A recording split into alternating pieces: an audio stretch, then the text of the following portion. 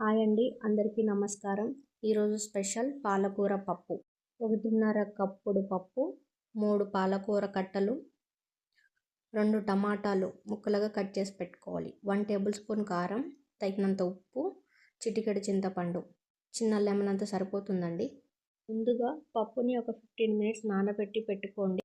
ఇప్పుడు కుక్కర్లో పప్పు, కట్ చేసి పెట్టిన పాలకూర, అలాగే కట్ చేసి పెట్టుకున్న 2 టమాటా ముక్కలు, అలాగే 2 మిర్చిని కట్ చేసి వేసుకోండి, టేస్ట్గా ఉంటుంది.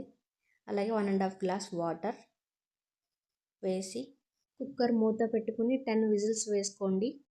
పప్పు ఉడికిన తర్వాత తగినంత ఉప్పు, అలాగే 1 టేబుల్ స్పూన్ కారం, అలాగే నానబెట్టి పెట్టుకున్న చింతపండు నానబెట్టుకోండి. ముందు దీన్ని మెత్తగా చేసుకొని పక్కన పెట్టుకోండి.